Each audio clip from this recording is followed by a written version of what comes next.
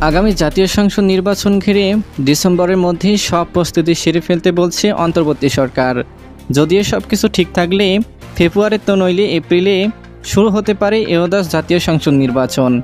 তবে যে কোনো মূল্যে ফেব্রুয়ারিতেই নির্বাচন আয়োজন চায় বিএনপি। এর ব্যতিক্রম কোনো মতে মানতে নারাজ দলের হাইকমান্ড।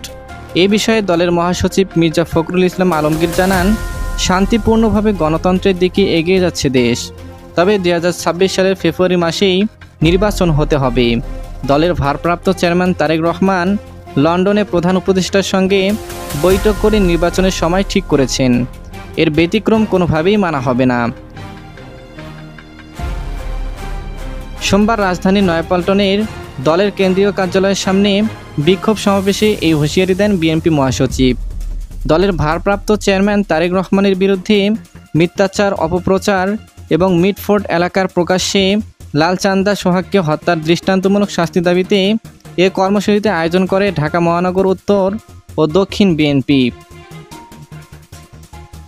ফকিরাপুল থেকে কাকরাইলের নাইট অ্যালিং মোড় পর্যন্ত মহানগর বিএনপির বিভিন্ন ওয়ার্ড থেকে নেতাকর্মীরা এই বিক্ষোভ কর্মসূচিতে অংশ নেন। পরে মিছিলটি বিজয়নগর দিয়ে প্রেস ক্লাবে গিয়ে শেষ হয়। মির্জা ফখরুল বলেন, নির্বাচনের সময় নির্ধারণের পর থেকে ষড়যন্ত্রকারীদের মাথা বিগড়ে গেছে।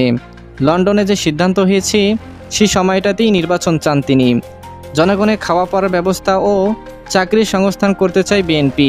কোনো ষড়যন্ত্রের ফাঁদে দেওয়া যাবে না বলেও নেতাকর্মীদের সতর্ক করেন বিএনপির মহাসচিব।